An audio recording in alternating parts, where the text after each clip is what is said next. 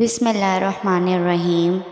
رات گزر گئی تو صبح ان مقدس سروں کو نیزوں پر اٹھایا گیا، اونٹوں کی سواریوں پر مقدس بیبیوں کو بٹھایا گیا، اور یہ لٹا پٹا سارا قافلہ سوئے کوفہ روانہ ہو گیا۔ ظالم یزیدی اس قافلے کو لے کر کوفہ کی طرف روانہ ہو گئے۔ رات کو ابن سعد کے لشکر میں سے کسی نے چاہا کہ حضرت امام زین العابدین کو بھی شہید کر دے، لیکن ابن سعد نے کہا کہ یہ بیمار بچہ ہے، اسے چھوڑ دو۔ مشیت الہی بھی یہی تھی کہ کوئی رد سادات میں سے ضرور موجود رہے جس نے سب کچھ اپنی آنکھوں سے دیکھا ہو اور وہ حالات کا عینی شاہد ہو۔ دوسرے روز لشکر یزید نے اپنی تمام لاشوں کو جمع کیا اور انہیں دفن کر کے روانگی کا اعلان کر دیا، مگر اہل بیت کی لاشوں کو دفن کرنے کی ضرورت بھی محسوس نہ کی۔ بغیر کفن اور دفن کیے خاندان نبوت کے افراد اور ان کے ساتھیوں کی لاشیں کربلا میں ہی چھوڑ دی۔ فرات کے کنارے ایک قبیلہ بنو سعید آباد تھا۔ جب انہیں پتہ چلا کہ یزیدی لوگ اہل بیت اطہار کی لاشوں کو کھلے آسمان تلے چھوڑ کر چلے گئے ہیں تو فوراً وہاں پہنچے اور شہداء کے مبارک جسموں کو کفن دے کر دفنا دیا۔ یزیدیوں کا قافلہ اہل بیت کرام کے ہمراہ کوفہ میں داخل ہوا اور شہید کے تمام سر ان کے پاس تھے۔ وہ سب ابن زید کے سامنے پیش کر دیے گئے۔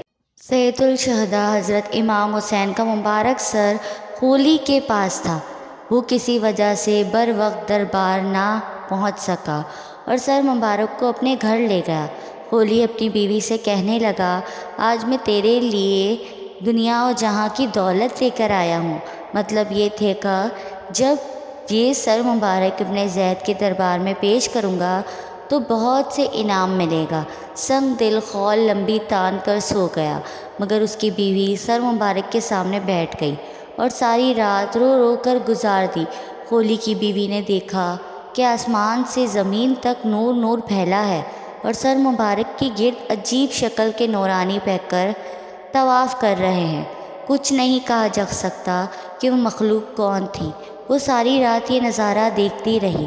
صبح ہوتے ہی بخت خولی اٹھا اور امام پاک کا مبارک سر ابن زید کے پاس لے گیا۔ امام علی مقام کا مبارک سر باقی سروں کے ساتھ اس بخت ابن زید کے تخت کے سامنے پیش کیا گیا۔ وہ بخت اس وقت تخت پر ہی بیٹھا تھا اور اس کے ہاتھ میں ایک چھری تھی۔ اس نے چھری کے ساتھ حضرت امام حسین کے دانان مبارک ایک ضرب ماری اور نازیبا گفتگو کی۔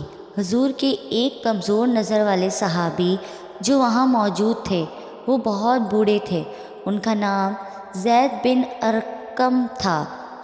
کہا، کچھ تو حیا کر، خدا کی قسم میں نے اپنی آنکھوں سے رسول صلی اللہ علیہ وسلم کے لبوں کو ان لبوں کو چومتے ہوئے دیکھا ہے۔ ابن زید کہنے لگے، اے زید، اگر تم بوڑھے نہ ہوتے تو تمہاری گردن بھی میں ابھی اتار دیتا۔ ابن زید نے اس سب کے بعد یزید کی خوشنودی کے لیے حضرت امام حسین کا سر انوار اور دیگر سروں کو جلوس کے ساتھ خانوادہ رسول کی پاک بیبیوں کے ساتھ یزید کی طرف دمشق روانہ کر دیا۔ جب یہ قافلہ دمشق کی طرف روانہ ہوا تو راستے میں ایک گرجے کے قریب پڑاؤ کیا۔ وہاں انہوں نے جلی حروج میں ایک پہاڑی پر سرخ رنگ کے ساتھ یہ شعر لکھا ہوا دیکھا، جس قوم نے حسین کو قتل کر دیا ہے، کیا وہ قیامت کے دن ان نانا جان کی شفاعت کی امید رکھ سکتی ہے؟ اہل کافہ نے جب یہ شعر پڑھا تو ان کے رونگٹے کھڑے ہو گئے۔ وہ یہ سمجھنے سے قاصر تھے کہ اس پہاڑی پر ایسے انداز میں یہ شعر کس نے لکھا ہے۔ ابھی وہ حیران پریشان ہو رہے تھے کہ قریبی گرجے سے ایک پادری ان کے پاس آیا تو اہل قافلہ نے اس کی آمد کو غنیمت جانا اور اس سے پوچھا کہ یہ شعر اس پہاڑی پر کس نے لکھا ہے اور یہ کب سے لکھا ہوا ہے؟ وہ راہب کہنے لگے کہ یہ شعر تو یہاں ہمارے بڑوں کے زمانے سے یہاں لکھا ہوا ہے۔ راہب نے پوچھا کہ یہ نیزے پر سر کس کا ہے؟ یہ قیدی کون ہے؟ راہب کو بتایا گیا کہ یہ سر حسین ابن علی کا ہے اور یہ بیبیوں اسی مقدس خاندان کی ہیں۔ وہ راہب کانپ اٹھا۔ 10,000 دینار کے بدلے میں اس راہب نے ایک رات کے لیے اس قافلے سے سر حسین لے لیا۔ چنانچہ قافلے نے ایک رات کے لیے وہیں پڑاؤ کیا۔ راہب نے اپنے گھر خالی کروا کر پاک بیبیوں کو وہاں ٹھہرایا اور خود مبارک سر کو ایک دھوئے ہوئے پاک تشت میں رکھ کر خود اس کے سامنے بیٹھ گیا۔ خیر یہ الگ واقعہ ہے کہ کیسے اس راہب نے پاک بیبیوں اور مبارک سر کی خدمت کی، جو یہاں بیان کرنا مقصود نہیں۔ صبح ہوتے ہی قافلہ دوبارہ روانہ ہوا، اور جب یہ قافلہ یزید کے دربار پہنچا تو پہلے سے ہی اس قافلے کا منتظر تھا۔ جب سر حسین یزید کے سامنے رکھا گیا اور وہ اپنے تخت پر بیٹھا تھا تو اس نے ایک چھری حضرت حسین کے ہونٹوں اور دانتوں پر مار کر کہا، تم اپنے انجام کو پہنچ چکے ہو۔ یزید نے جب نواسہ رسول صلی اللہ علیہ وسلم کے سر مبارک کی توہین کی تو وہاں موجود حاضرین نے اعتراض کیا، جس میں قابل ذکر یحییٰ بن حکم اور صحابی رسول حضرت ابو بزرہ سلمی تھے، جس کو یزید نے اپنے محل سے نکال دیا۔ اس کے بعد دختر سیدہ کائنات حضرت زینب نے ایک تاریخ ساز خطبہ یزید کے دربار میں دیا، جس سے وہاں موجود لوگوں کا دل لرز اٹھے۔ یزید جب پشیمان ہوا تو اس نے قافلے کو قید میں ڈال دیا۔ قید سے رہائی کے بعد یہ قافلہ جب مدینہ پہنچا تو وہاں کے لوگوں نے چیخ و پکار کی۔ ناظرین گرامی، سید الشہداء کے مبارک سر کے بارے میں 5 روایات ملتی ہیں کہ وہ کہاں اور کس نے دفن کیا۔ سب سے پہلی روایت علامہ قرطبی اور شاہ محدث دہلوی سے ہے کہ یزید نے اسیران کربلا اور سر انور کو مدینہ بھیجا، جہاں پر حضرت امام زین العابدین نے سر مبارک کو حضرت حسن یا حضرت سیدہ فاطمہ سلام علیہ کے پہلو میں دفن کر دیا۔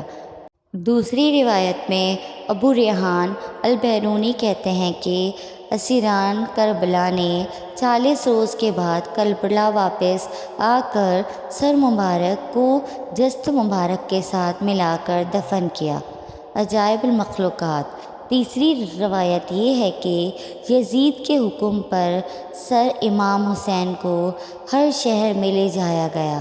اسکلان پہنچا تو وہاں کے امیر نے اسے دفن کر دیا۔ چوتھی روایت یہ ہے کہ اسکلان میں جب فرنگیوں کی حکومت قائم ہوئی تو 548 ہجری میں طلحہ بن زریق نائب مصر نے اسکلان سے سر انور کو لیا اور مصر لے گیا۔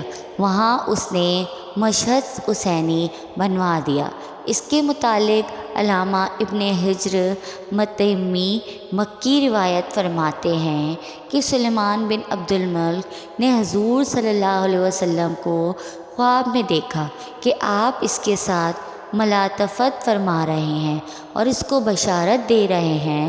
صبح اس نے حضرت امام حسن بصری رضی اللہ تعالیٰ عنہ سے اس کی تعبیر پوچھی۔ انہوں نے فرمایا، شاید تو نے حضرت محمد صلی اللہ علیہ وسلم کی آل کے ساتھ کوئی بھلائی کی ہے۔ اس کے ہاں مجھے ایک ہی بات یاد ہے، میں نے نواسہ رسول حضرت حسین کے سر مبارک کو خزانہ یزید میں دیکھا تو میں نے ان کو 5 کپڑوں کے کفن پہنایا اور میں نے اپنے ساتھیوں کے ساتھ ان پر نماز جنازہ پڑھی اور انہیں قبر میں دفن کر دیا۔ سلیمان بن عبد الملک کے بعد اس کے جانشین عمر بن عبد العزیز نے سر مبارک کو نکالا اور کربلا جا کر خود جسد مبارک کے ساتھ دفن کر دیا۔ ایک روایت یہ ہے کہ جب منصور ابن جمہور نے شام کو فتح کیا تو شہر میں داخل ہونے کے بعد وہ یزید کے خزانے والے کمرے میں گیا۔ وہاں پر اسے سرخ رنگ کی ایک ٹوکری ملی۔ منصور نے اپنی غلام سے کہا کہ اس ٹوکری کو حفاظت سے رکھو، کہ یہ بنی میاں کے قیمتی خزانوں میں سے ایک خزانہ ہے، لیکن جب اس کو تھوڑے عرصے کے بعد کھولا تو دیکھا کہ اس میں امام حسین کا نورانی سر ہے جس سے عطر کی خوشبو آ رہی ہے۔ اس نے اپنے غلام کو حکم دیا کہ ایک کپڑا لائے۔ اس نے سر کو اس کپڑے سے ڈھانپ دیا اور پھر کفن کرنے کے بعد اس سر کو دمشق میں باب فرادیس کے پاس دفن کر دیا۔